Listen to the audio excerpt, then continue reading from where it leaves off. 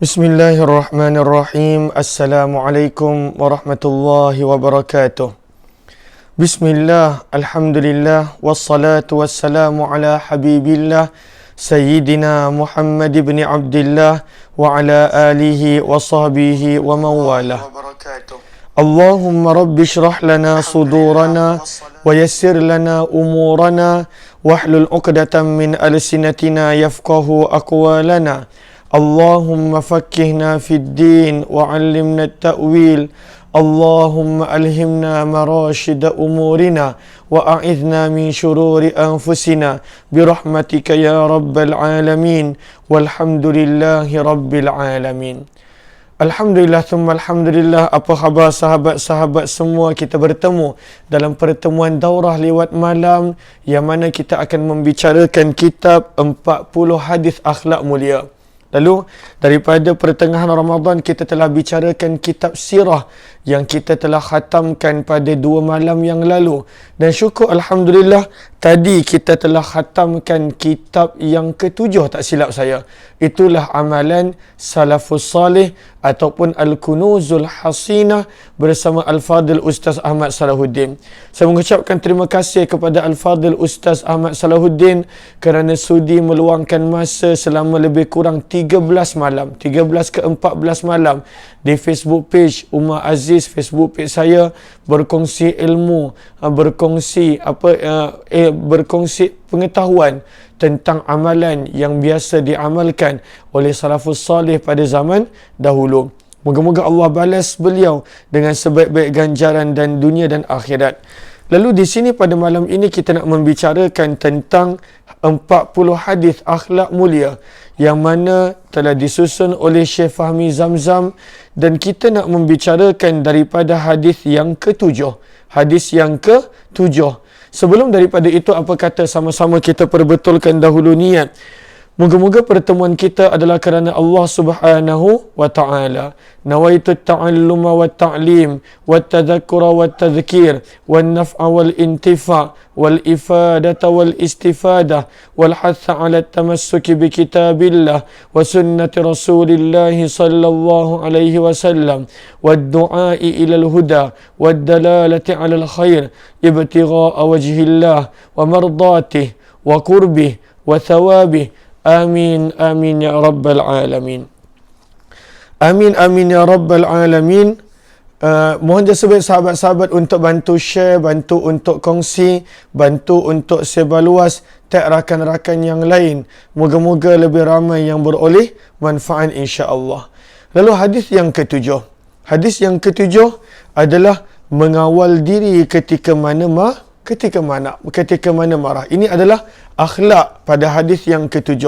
Lalu pada 40 hadis akhlak mulia ini, bagaimana Al-Fadil Tuan Guru Syekh Fahmi Zamzam membawakan pada waktu itu akhlak-akhlak daripada baginda Nabi sallallahu alaihi wasallam yang mana kita boleh bawa dalam kehidupan kita. Lalu hadis yang ke-7 ini mengawal diri ketika mana marah, dan ia ni memang benda yang sukar. Bahkan Nabi SAW sebut dalam hadis kita nampak dan kita baca. Namun sebenarnya ianya adalah akhlak yang mulia. Maka hadis daripada Abu Hurairah radhiyallahu taala anhu. Hadis daripada Abu Hurairah radhiyallahu taala anhu. Link. Daripada Abu Hurairah radhiyallahu taala anhu, sesungguhnya baginda Nabi sallallahu alaihi wasallam bersabda, "Laisa syadidu bis-sur'ah, innama syadidul ladzi yamliku nafsahu 'indal ghadab."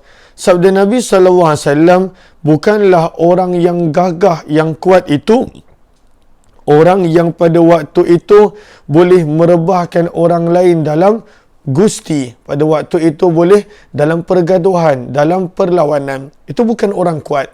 Lalu dia boleh kalahkan orang lain, dia boleh rebahkan orang lain, terutamanya dalam gusti dan sebagainya.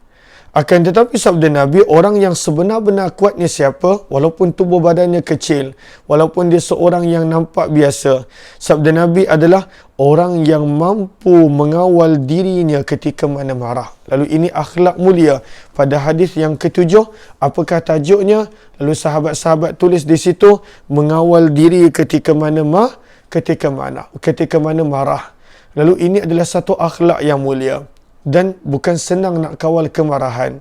Tetapi itulah dia akhlak yang saya perlu belajar untuk ada, dan setiap daripada kita perlu belajar untuk ada.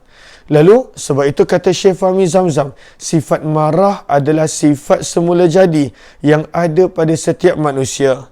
Dan marah itu akan menjadi baik bila kena pada tempatnya. Bukanlah langsung tak payah marah. Kita nampak pada waktu itu maksiat berlaku, ataupun pada waktu itu agama Allah dipermainkan. Bukanlah berartinya langsung tak payah marah, tidak. Tetapi ianya menjadi terpuji bila marah itu kena pada tempatnya.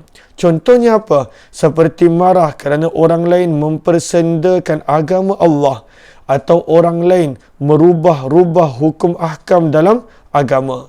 Maka itu marah yang baik. Bahkan Nabi SAW pun begitu. Apabila hak Allah pada waktu itu dilanggar, pada ketika mana hak Allah dijatuhkan, maka Nabi SAW akan marah. Tetapi untuk kepentingan baginda, Nabi SAW tidak marah. Bahkan Nabi SAW maafkan. Sebab itu kata Syekh Fahmi Zamzam, tetapi marah yang bukan pada tempatnya, maka itu adalah perbuatan yang tidak baik, perbuatan yang keji. Maka kerana pada waktu itu bila kita marah, apa yang akan berlaku? Bertindak terburu-buru. Bila kita marah, kita akan mengikut hawa nafsu.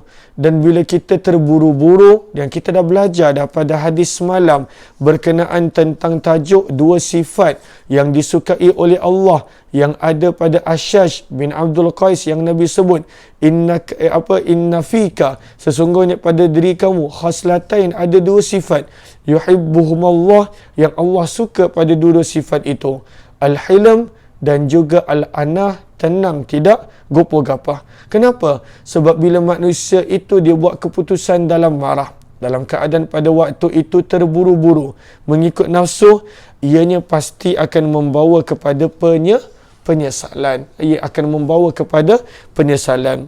Oleh itu, marah yang seperti ini hendaklah dikawal. Dan pada waktu itu jangan dilepaskan begitu sahaja. Bahkan sebenarnya syaitan memang suka ketika mana kita marah dan berusaha untuk menjadikan kita marah. Sebab itu Nabi SAW ajar ketika mana marah, antaranya pada waktu itu apa? Bacalah a'udzubillah. Ketika mana marah pada waktu itu buat apa? Berwuduk. Ketika mana marah, kalaulah pada waktu berdiri, Nabi suruh apa? Duduk. Kalaulah duduk, Nabi SAW suruh baring. Kenapa? Sebab marah itu datangnya daripada syaitan, dan syaitan sengaja mengapi-apikan manusia itu supaya marah, lalu dia buat sesuatu, dia sebut sesuatu, dia ungkapkan sesuatu yang mana kemudian harinya dia akan menyesal. Maka ini adalah akhlak berkenaan tentang mengawal diri ketika mana marah. Adakah sahabat-sahabat dapat hadis yang ketujuh ini? Saya cuba baca dengan perlahan, lalu kepada yang tak ada buku pun pada waktu itu boleh mengambil pengajaran. Hadis yang ke-8. Lalu apakah akhlak pada hadis yang ke-8? Membela nasib golongan yang lemah. Maka ini pun adalah akhlak. Bahkan ini akhlak Nabi SAW semenjak daripada sebelum Nabi menjadi Rasul lagi. Ini adalah akhlak Nabi, sifat semula jadi Nabi SAW. Lalu hadis yang ke-8, membela nasib golongan yang lemah. Dan ini adalah akhlak. Lalu hadis daripada Abu Hurairah radhiyallahu taala anhu, beliau berkata, meriwayatkan daripada baginda Nabi SAW, as-sa'i 'alal armalati wal miskin kal mujahidi fi sabilillah wa ahsabuhu qala wa kal qa'imil ladzi la yaftur wa kas sha'imil ladzi la yuftir. Muttafaqun alaih, Bukhari Muslim. Besar fadilat dia, besar kelebihan dia. Maka sabda Nabi SAW daripada hadis riwayat Abu Hurairah yang ada dalam Bukhari dan Muslim, yang mana ini adalah akhlak pada hadis yang ke-8 ini, sabda Nabi SAW, orang yang menguruskan nasib wanita janda, dan orang yang miskin, maksudnya orang-orang yang lemah. Ringkasan Nabi sebut dua golongan ini, maksudnya golongan yang lemah. Wanita yang tiada suami, pada waktu itu dia lemah. Lagi-lagi pada zaman itu, mereka ini tidaklah menjadi satu kebiasaan untuk bekerja ataupun untuk berniaga pada zaman tersebut. Begitu juga orang miskin. Maka sabda Nabi SAW, orang yang berusaha untuk menguruskan nasib orang yang lemah seperti mana janda dan juga orang miskin, sabda Nabi SAW, akan mendapat pahala seperti orang yang berjuang di jalan Allah. Kal mujahidi fi sabilillah. Pahala dia adalah seperti orang yang berjuang di jalan Allah. Masya Allah. Bahkan perawi berkata, saya kira Nabi SAW juga bersabda, bukan sekadar pahala orang yang berjuang, pahalanya adalah seperti orang yang terus menerus solat malam tanpa berhenti. Bayangkan, pahala solat malam tu dah besar, tetapi dia adalah terus menerus solat malam allazi la yaftur, tanpa berhenti, tanpa penat. Pahalanya begitu. Bayangkan kalau sepanjang malam beribadah, pahalanya besar. Lalu sama pahala seperti itu adalah orang yang membantu orang yang lemah. Kemudian kelebihan dia yang ketiga, nak bayangkan, nak gambarkan pahalanya. Wa kas-shaimil ladzi la yuftir, dan pahalanya adalah seumpama orang yang berpuasa setiap hari tanpa berbuka. La yuftir, tak berbuka. Masya Allah. Lalu nak gambarkan pada waktu itu betapa besarnya ganjaran orang yang membantu orang lemah, Nabi bagikan perumpamaan. Kamu nampak tak orang yang melakukan pengorbanan di jalan Allah, mujahid, orang yang bersusah payah pada jalan Allah, dan bukan senang, nyawa dia boleh melayang. Itulah pahala orang yang membantu orang lemah. Pada waktu itu kamu nampak tak betapa susahnya nak bangun malam beribadah, solat, maka dia mendapat pahala seperti itu tanpa berhenti solat malam. Kamu nampak tak orang yang berpuasa, maka begitulah pahalanya seperti orang yang berpuasa tanpa berbuka, berterusan berpuasa. Hadis riwayat Bukhari dan Muslim. Sebab itu kata Syekh Fahmi Zamzam, hadis di atas menerangkan kepada kita kelebihan orang yang membantu orang yang lemah.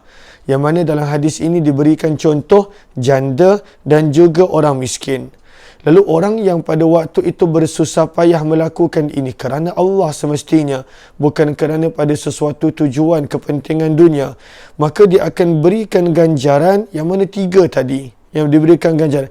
Orang yang berpuasa tanpa henti, orang yang solat malam tanpa henti, orang yang berjihad, berjuang di jalan Allah Subhanahu wa taala. Padahal ini adalah ketiga-tiga amalan yang susah. Nak berjuang di jalan Allah susah. Pada waktu itu nak berdiri sepanjang malam beribadah susah, sesuatu yang berat. Kemudian pada waktu itu nak berpuasa berterusan tanpa henti adalah amalan yang susah. Dan ini sebenarnya nak menggambarkan juga adalah seperti orang yang beribadah setiap masa. Kenapa? Sebab pada waktu itu puasa dilakukan pada siang hari, solat malam dilakukan pada malam hari. Sebenarnya orang yang menolong membantu orang yang lemah adalah seolah-olah 24 jamnya adalah gambaran ibadah. Sebab itu Nabi SAW menyebut begitu. Maka dia seolah-olah 24 jamnya adalah ibadah. Yang mana Allah Subhanahu wa taala pada waktu itu menggalakkan kita untuk membantu golongan-golongan yang lemah. Lalu hadis ini sebenarnya menggalakkan kita untuk mengurus, membela nasib golongan yang lemah ini. Lagi-lagi kalaulah seseorang itu ada kemampuan dan pada waktu itu ada kemahiran. Sebab Nabi sebut perkataannya as-sa'i, orang yang menguruskan, orang yang membantu. Maka tak semestinya pada waktu itu dengan kekayaan sahaja, tetapi pada apa jua cara, maka moga-moga kita beroleh pahala dan ganjaran yang sangat luar biasa. Maka ini adalah akhlak kedua yang kita belajar malam ini. Yang pertama tadi mengawal diri ketika mana marah, dan yang kedua adalah membela nasib golongan yang lemah. Ahlan-ahlan kepada sahabat-sahabat yang baru join, mohon jasa baik untuk bantu share, bantu untuk kongsi dan juga bantu untuk sebar luas. Moga-moga lebih ramai yang beroleh manfaat, moga-moga lebih ramai yang beroleh kebaikan.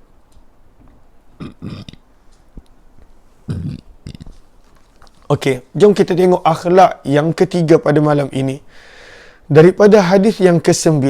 Hadis ni sedikit panjang, tetapi pada waktu itu tajuknya sangat menarik. Hadis ni pun hadis yang kita biasa dengar, namun kalaulah ada yang belum dengar, bagus ambil pengajaran daripadanya. Tajuknya adalah bertimbang rasa terhadap pekerja dan pembantu. Bertimbang rasa. Ya, walaupun pada waktu itu mereka ini berada di bawah suruhan kita, perintah kita. Mungkin kita boleh kata kita bayar gaji dia. Dia punya sumber rezeki adalah disebabkan kita. Namun pada hadis ini Nabi SAW mendidik pada waktu itu Abu Dzar Al-Ghifari pada waktu itu untuk bertimbang rasa dan melayan dengan baik pada waktu itu pekerja dan juga pembantu dia. Yang mana memang Abu Dzar pada waktu itu buat dengan baik selepas daripada itu. Dan kita boleh pada waktu itu ambil pengajaran daripada peristiwa ini. Lalu sebab itu apakah tajuknya? Mohon sahabat-sahabat catat, bertimbang rasa terhadap pekerja dan pembantu. Lalu bertimbang rasa kepada mereka. Okey. Lalu hadis daripada Ma'rur bin Suwaid radhiyallahu taala anhu, beliau berkata, apa kata Ma'rur bin Suwaid? Ra'aitu Aba Dzar radhiyallahu anhu wa alaihi hullah wa ala ghulamihi mithluha.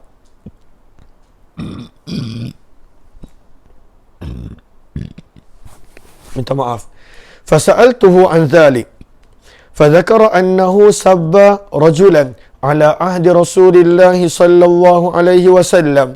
Fa'ayyarahu bi ummih. فقال النبي صلى الله عليه وسلم إنك امرؤ فيك جاهلية هم إخوانكم وخولكم جعلهم الله تحت أيديكم فمن كان أخوه تحت يده فليطعمه مما يأكل ويلبسه مما يلبس ولا تكلفوهم ما يغلبهم فإن كلفتموهم فأعينوهم.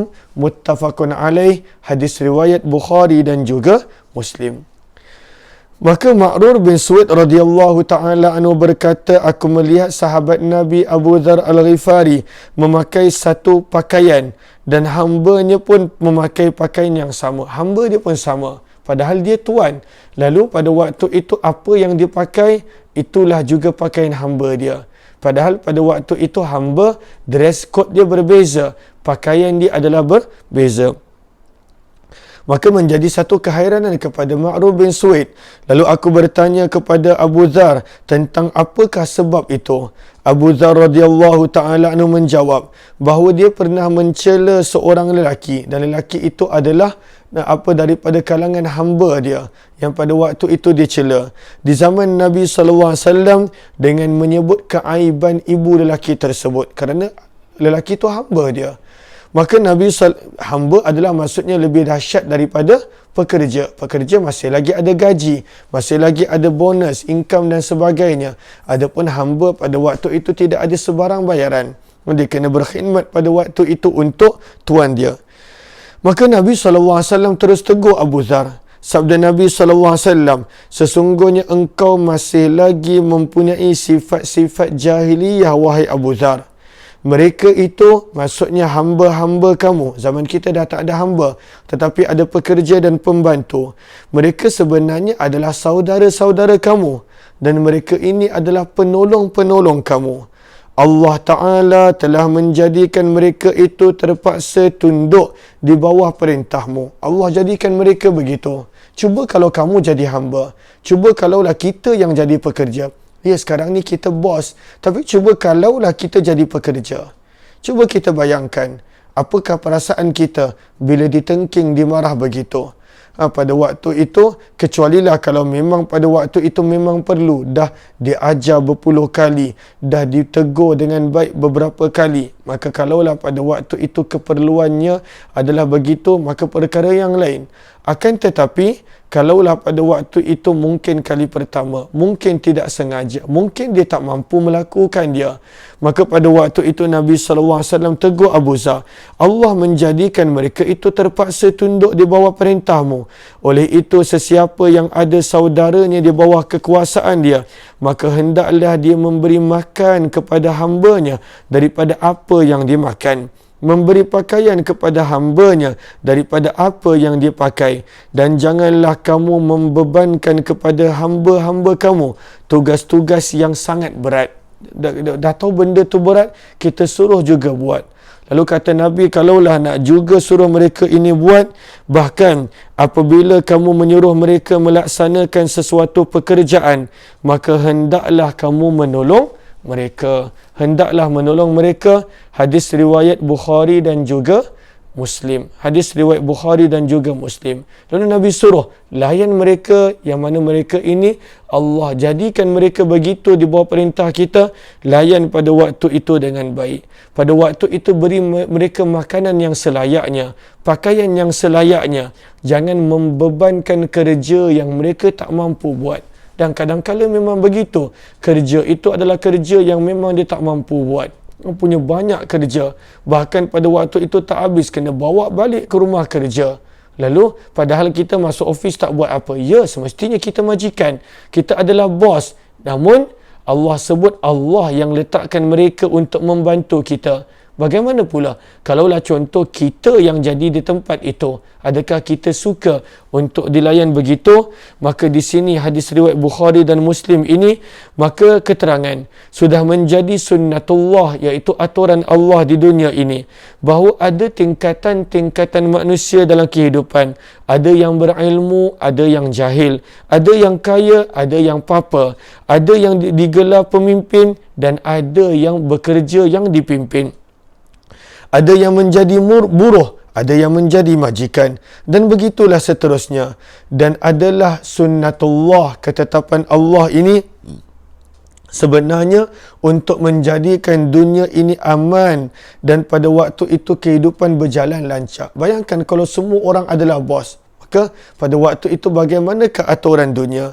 Namun pada waktu itu Nabi SAW mendidik, Islam mendidik. Contohnya apa? Seandainya manusia ini pada waktu itu dia kaya, maka dia bantu yang susah dengan harta dia, yang mana sekurang-kurangnya dalam bentuk zakat. 22.5% daripada hartanya dia bantu.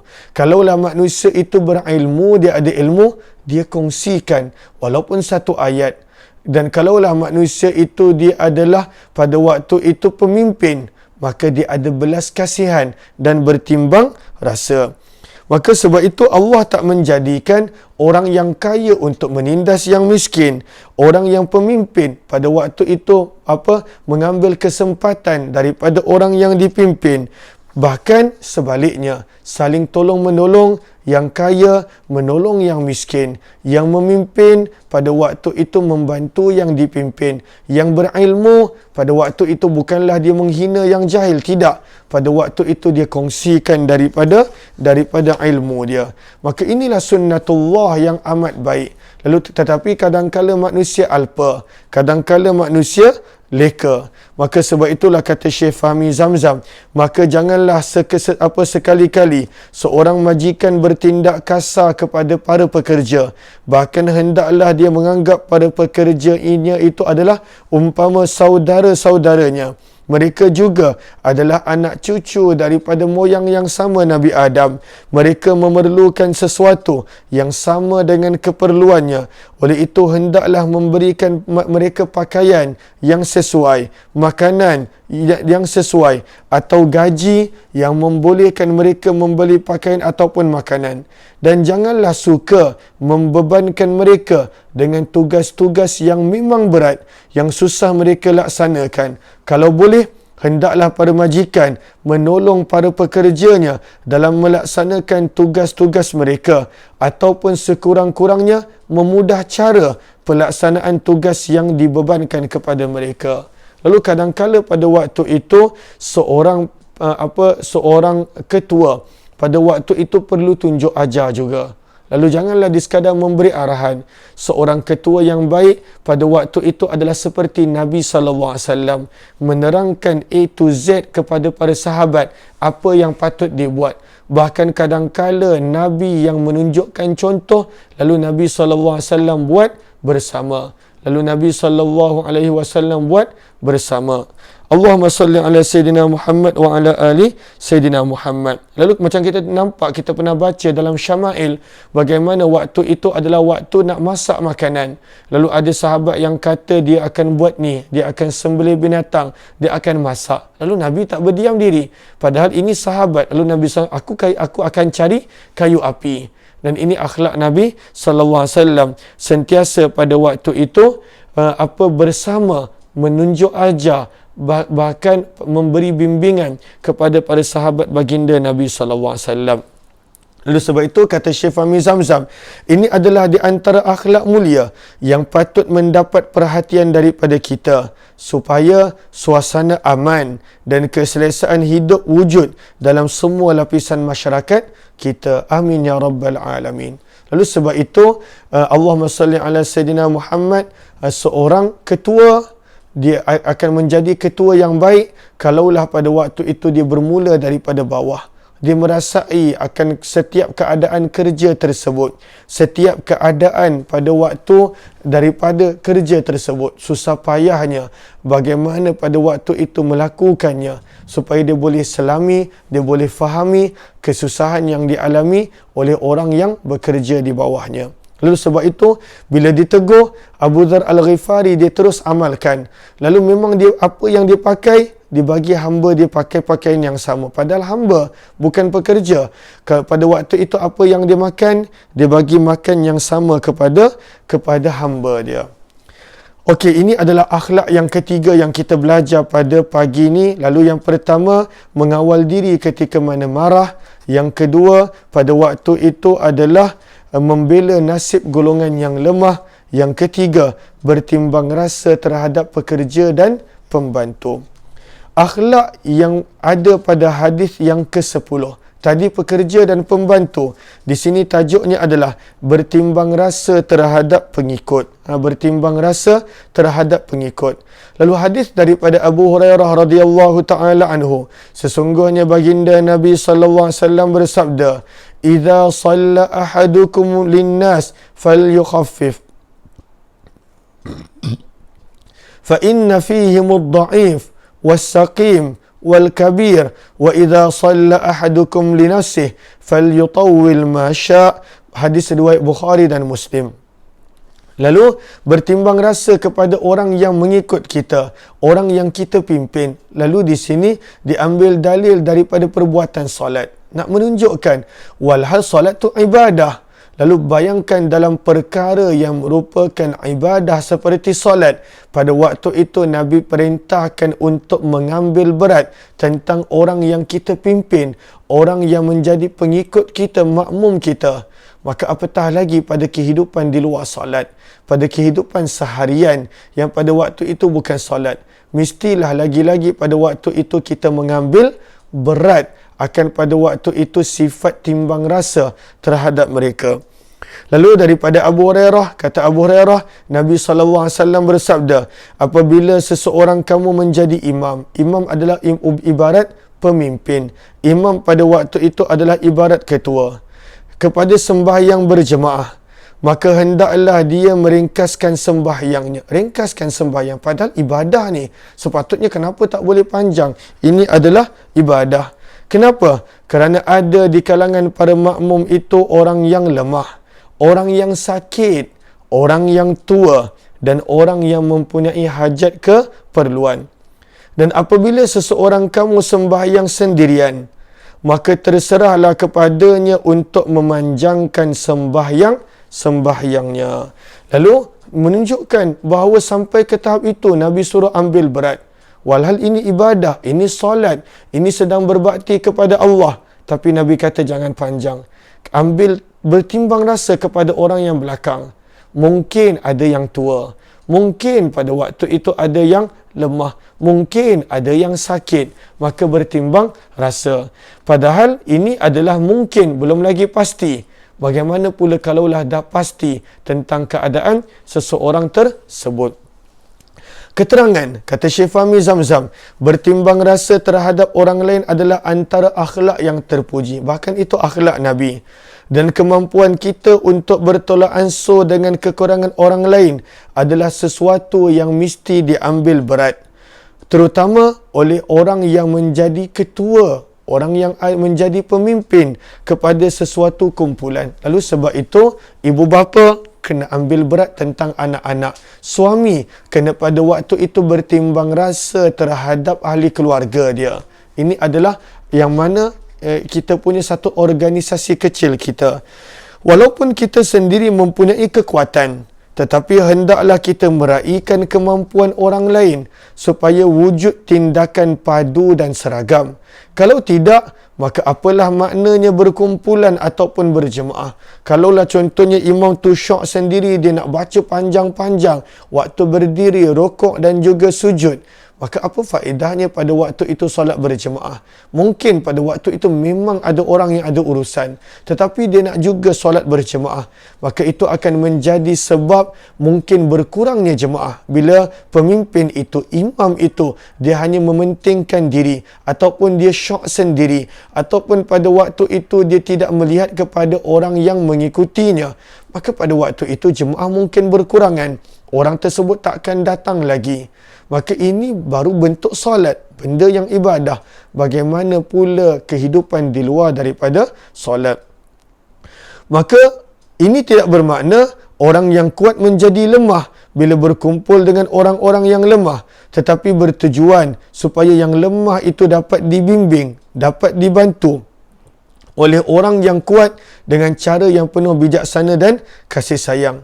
Kata Syekh Fahmi Zamzam, sehingga dalam menunaikan solat berjemaah, seorang imam hendaklah meraihkan para makmum pengikut yang ada di belakang, supaya pada waktu itu semua orang yang lemah, macam contohnya anak-anak kita mungkin, pasangan kita mungkin, yang lemah pada waktu itu dapat mengikuti sembahyang yang dipimpin oleh kita sebagai imam. Kenapa? Supaya semua kita mendapat pahala dan ganjaran yang dijanjikan oleh Allah Subhanahu Wa Taala. Lalu Masya Allah, sebenarnya banyak pengajaran. Lalu pada waktu itu dibawakan hadis tentang salat supaya boleh dikiaskan pada kumpulan ketika mana dalam kehidupan seharian. Disebutkan pada waktu itu tentang orang yang lemah, orang yang tua, orang yang pada waktu itu sakit dalam solat berjemaah. Boleh pada waktu itu kita ambil maklum tentang orang yang kita pimpin dalam kumpulan yang lemah. Maka jangan ditinggalkan. Sepatutnya dibawa bersama, dibimbing bersama, supaya kita berjaya bukan seorang-seorang, tetapi kita berjaya pada waktu itu bersama-sama. Maka di sini dibawakan sebuah kisah. Maka ketika mana dalam peperangan Yarmouk, Umar bin Khattab pada waktu itu terpaksa memecat salah seorang jeneral dia yang terkenal. Itulah Khalid bin Al-Walid, daripada menjadi panglima perang utama. Dan Umar letakkan di tempat Khalid bin Al-Walid seorang lagi sahabat yang bernama Abu Ubaidah Ibnul Jarrah radhiyallahu ta'ala anhu. Tindakan khalifah memecat Khalid bin Al-Walid yang sangat mahir dalam taktikal perang, bagaimana dalam peperangan Mu'tah 3,000 orang tentera yang dipimpin boleh pada waktu itu mengalahkan 200,000 tentera musuh. Lalu tindakan Umar bin Khattab memecat Khalid Al-Walid bukan kerana Khalid bin Al-Walid itu seorang yang lemah ketika mana menghadapi musuh, tetapi sebaliknya. Kenapa? Kerana Khalid bin Al-Walid terlampau dan terlalu berani menghadapi musuh sehingga tentera yang lain tidak mampu untuk mengikuti dia. Dahsyat sangat. Khalid bin Al-Walid ni jadi general, habis pada waktu itu tentera-tentera tak mampu nak mengikut keberanian dia. Dia akan ajak tentera dia berperang pada sesuatu yang di luar kemampuan tentera dia. Maka Umar bin Khattab nampak itu. Lalu itu satu benda yang baik. Tetapi daripada sudut seorang pemimpin, dia tak berapa bagus. Kenapa? Sebab nanti akan ada keciciran, ketinggalan daripada kalangan tentera dia. Maka pada waktu itu, Khalid bin Al-Walid ni tersangat berani. Bahkan dia adalah gelarannya Saifullah, pedang Allah. Maka sehingga tentera lain tak dapat mengikuti langkahnya. Maka khalifah lalu memecatnya, bukan kerana kekurangan dia, tetapi pada waktu itu kerana tentera lain tak mampu nak ikut bersama dia. Maka digantikan dengan Abu Ubaidah Ibn Jarrah yang juga seorang yang sangat berani, tetapi mampu meraihkan kemampuan tentera Islam yang ada di belakangnya, lalu mereka beroleh kejayaan yang besar. Maka daripada kisah ni apa yang jelas kepada kita? Jelas kepada kita bahawa jemaah yang sedikit kelemahan itu lebih baik daripada bersendirian. Jangan kita kata, tak best lah nak pimpin orang-orang lemah ni, baik aku sendirian. Tak best lah nak solat berjemaah ni, baca 1 juz, 10 juz. 10 juz pun tak larat. Padahal 10 juz je kot. Solat malam 10 juz. Tak larat 10 juz. Baik aku solat sorang-sorang. Boleh solat 10 juz. Maka lagi bagus daripada solat 10 juz sorang-sorang adalah solat apa yang jemaah mampu, solat berjemaah. Kerana solat berjemaah pahalanya lebih besar daripada solat bersendirian. Dan kejayaan sesuatu kumpulan itu, walaupun dalam bentuk yang kurang memuaskan, adalah lebih bermakna daripada kejayaan persendirian. Dan kejayaan sesuatu kumpulan tidak akan tercapai kecuali dengan adanya tolak ansur terhadap kelemahan orang lain serta diikuti dengan bimbingan. Ini dua kata kunci dia. Ketika mana dalam memimpin pada waktu itu, Allahumma salli ala Sayyidina Muhammad, adanya tolak ansur pada kekurangan dan kelemahan orang lain. Bahkan kita boleh aplikasikan dalam keluarga, pada anak-anak kita, pada pasangan kita. Kita nak perfect. Kita nak semua orang perfect. Tapi sebenarnya tak ada manusia pun yang perfect. Tak ada manusia pun yang perfect. Bahkan kalau ikut psikologis, orang yang terlalu nak semua benda perfect, hakikatnya adalah penyakit. Hakikatnya adalah penyakit. Dia nak semua benda perfect. Itu hakikatnya adalah penyakit sebenarnya. Itu daripada sudut psikologis. Kerana tak ada yang sempurna. Yang hanya sempurna adalah Allah Subhanahu Wa Taala sahaja. Maka apabila dalam hidup berjemaah, dan keluarga ni pun adalah umpamanya jemaah, pada waktu itu pentingnya ada tolak ansur pada kelemahan orang lain. Walaupun kita nak dia pada satu tahap yang tertentu, contohnya anak kita, contohnya pasangan kita, tapi pentingnya untuk pada waktu itu bertolak ansur pada kelemahan. Seperti mana orang lain bertolak ansur pada kelemahan kita tanpa kita sedari, kita kena lakukan perkara yang sama. Yang kedua, pada waktu itu perlunya ada bimbingan, dan ini susah nak dapat. Banyak orang disuka bagi arahan. Dia suka jadi arahan. Lalu orang arahan ni dia bukan leader, dia bukan sifat leader. Sifat seorang leader yang sebenarnya, leadership, adalah dia akan bimbing pada waktu itu ahli keluarga dia, ataupun orang yang berada dalam jemaah dia, ataupun orang yang berada dalam organisasi dia, dia bimbing. Ini dua kata kunci dia. Bertolak ansur dan pada waktu itu bimbing. Bukannya mengarah, bukannya sekadar menyuruh tanpa bimbingan, tetapi sebaliknya dia adalah orang yang membimbing. Orang yang pada waktu itu ada dua sifat ni, dia bakal menjadi ketua keluarga yang bagus, dia bakal menjadi ketua organisasi yang bagus, dan dia bakal menjadi seorang yang bagus. Pada waktu itu dia ada kekuatan leadership yang mana bukan senang, ia perlu dibiasakan, perlu dipelajari dalam kehidupan, lalu dalam kehidupan kita. Maka sebab itu kita nampak kenapa Umar bin Khattab pecat Khalid bin Al-Walid. Kerana pada waktu itu pengikut dia tak mampu nak buat sama seperti dia. Maka ini adalah akhlak yang keempat pada malam ini yang kita belajar. Bertimbang rasa terhadap pengikut. Akhlak yang kelima yang kita nak belajar pada malam ini, hadis yang ke-11, muka surat yang ke-24, kepada sahabat-sahabat yang ada buku ini, akhlak mulia. Kita minum sekejap. Bismillahirrahmanirrahim.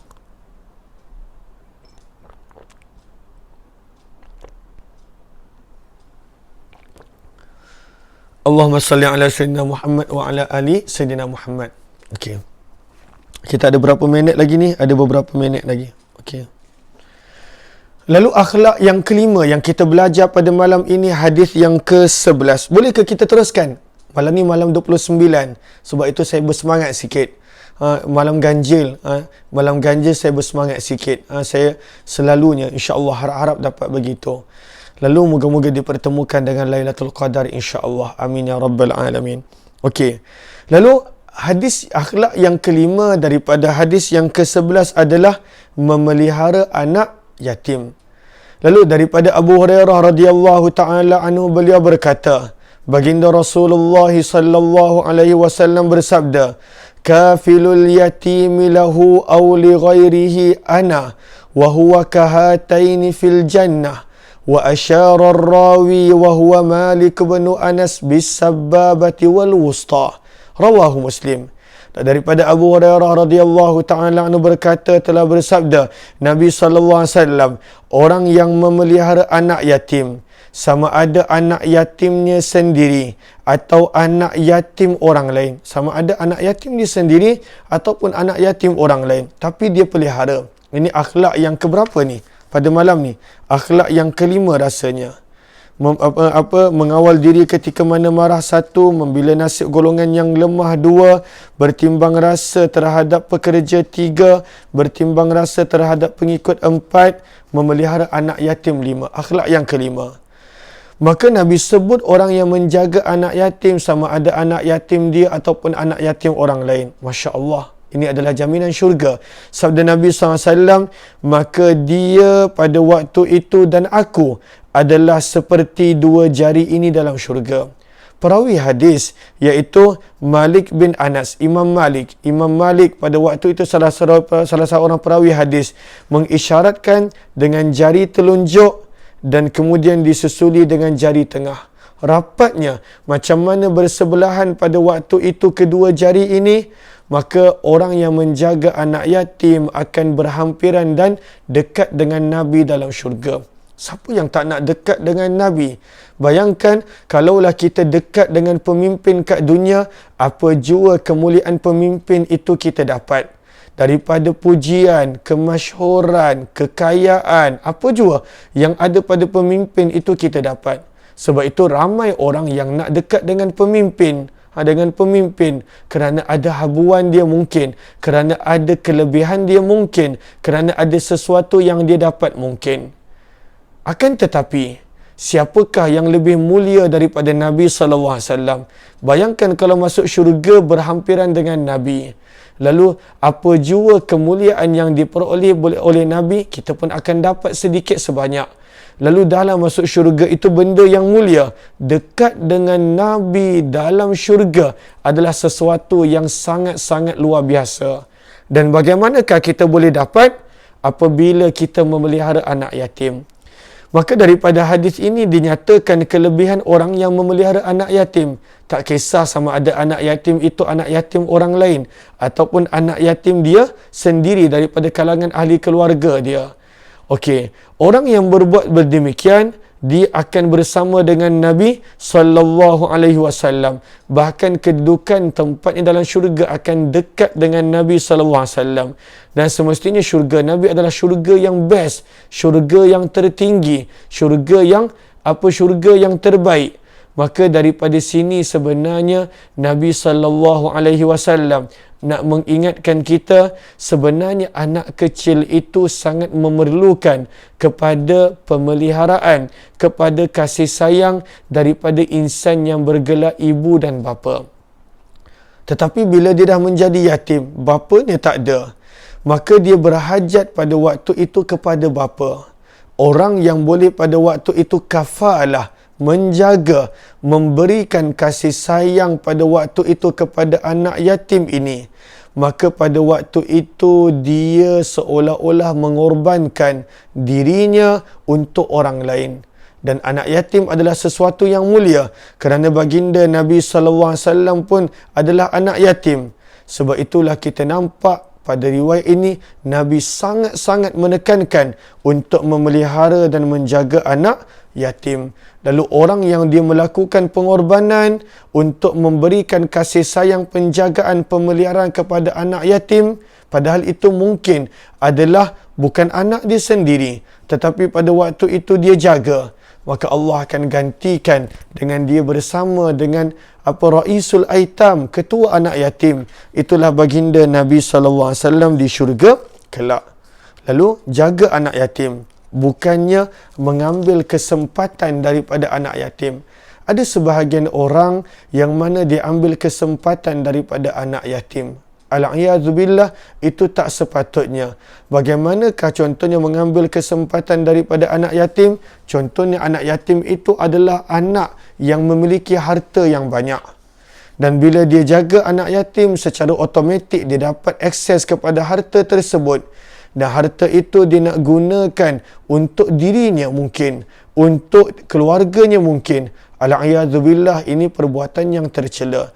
Kecualilah pada kadar yang dibenarkan oleh syarak untuk digunakan pada keperluannya kerana dia menjaga anak yatim, itu lain.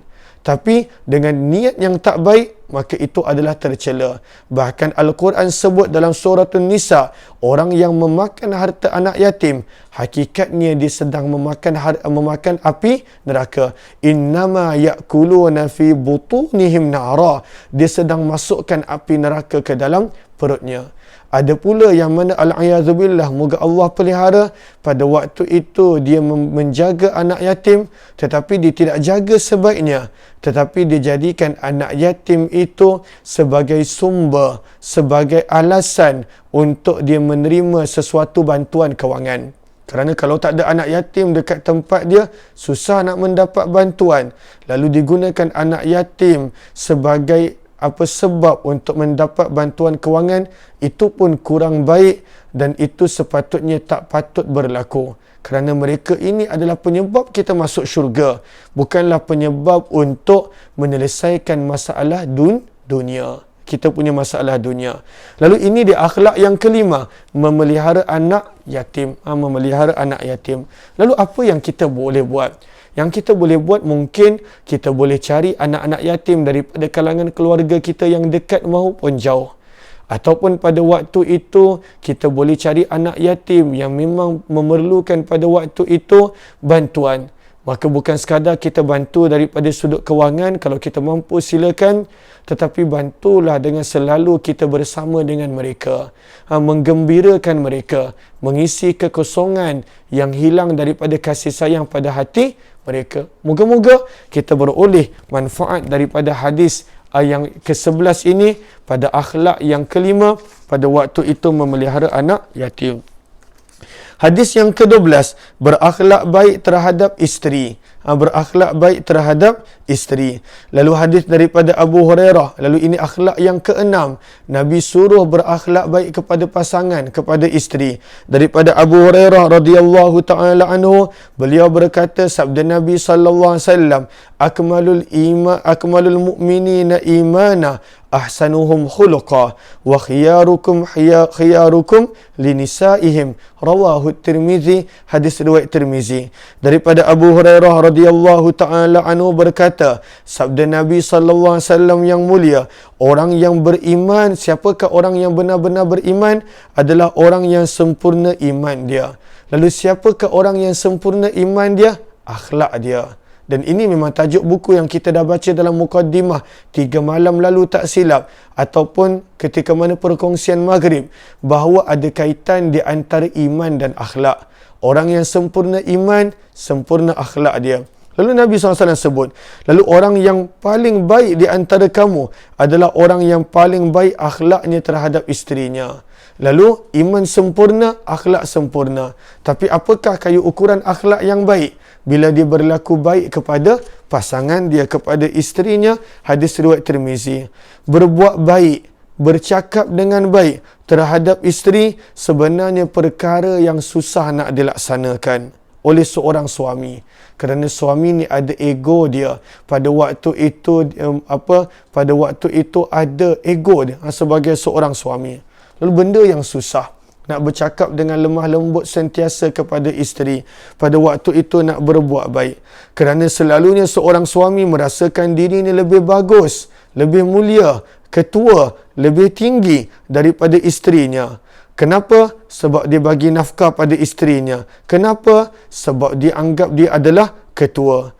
Namun sebenarnya bagaimana Nabi SAW menunjukkan kepada kita akhlak baginda yang mana baginda berlaku baik kepada isteri baginda. Bahkan kita nampak semua riwayat daripada isteri-isteri baginda menceritakan tentang kemuliaan akhlak baginda Nabi SAW. Dan daripada sini kita boleh belajar daripada bukan sekadar ungkapan Nabi pada hadis ini, tetapi daripada perbuatan Nabi SAW. Maka daripada sini datangnya kasih sayang. Pada waktu itu suami berakhlak dengan baik dan isteri membalas akhlak suami tadi dengan akhlak yang baik. Maka daripada sini akan datangnya kasih sayang, akan datangnya kecintaan, akan datangnya pada waktu itu sifat saling faham memahami. Kerana ianya termasuk daripada tuntutan agama, berakhlak mulia kepada isteri dan pasangan masing-masing. Lalu ini akhlak yang keenam yang kita belajar pada malam ini. Kemudian akhlak yang ketujuh. Akhlak yang ketujuh adalah berkenaan tentang kasih sayang terhadap binatang. Lalu tadi terhadap manusia, pasangan yang dekat. Lalu kepada yang bukan manusia pun ada akhlaknya. Dan itu memang sifat Nabi SAW. Lalu pada akhlak yang ketujuh, yang ni terakhir, bagaimana nak berkasih sayang terhadap binatang. Lalu hadis daripada Abu Ya'la Shaddad bin Aus radhiyallahu ta'ala anhu. Daripada baginda Nabi SAW, baginda bersabda, Inna Allah katabal ihsana ala kulli syai' fa idza qataltum fa ahsinul qitlah wa idza dhabhtum fa ahsinul dhibhah wal yuhidda ahadukum syafratah wal yurih dhabihatahu sallallahu alaihi wasallam. Ini akhlak Islam kepada binatang pun, bahkan binatang yang nak disembelih pun Nabi tunjukkan akhlak bagaimana. Maka sabda Nabi SAW, sesungguhnya Allah telah menyuruh kalian untuk berbuat baik pada segala urusan. Maka apabila kalian pada waktu itu nak membunuh musuh, maka bunuhlah pada waktu itu dengan cara yang baik. Jangan seksa musuh. Apabila kalian nak menyembelih binatang untuk diambil manfaat daripada dagingnya dan sebagainya, maka sembelihlah binatang itu dengan cara yang baik. Jangan seksa binatang itu. Hendaklah seseorang di antara kamu menajamkan mata pisaunya, maka dengan itu dia merehatkan binatang itu daripada sakit waktu sembelihan. Hadis riwayat Muslim.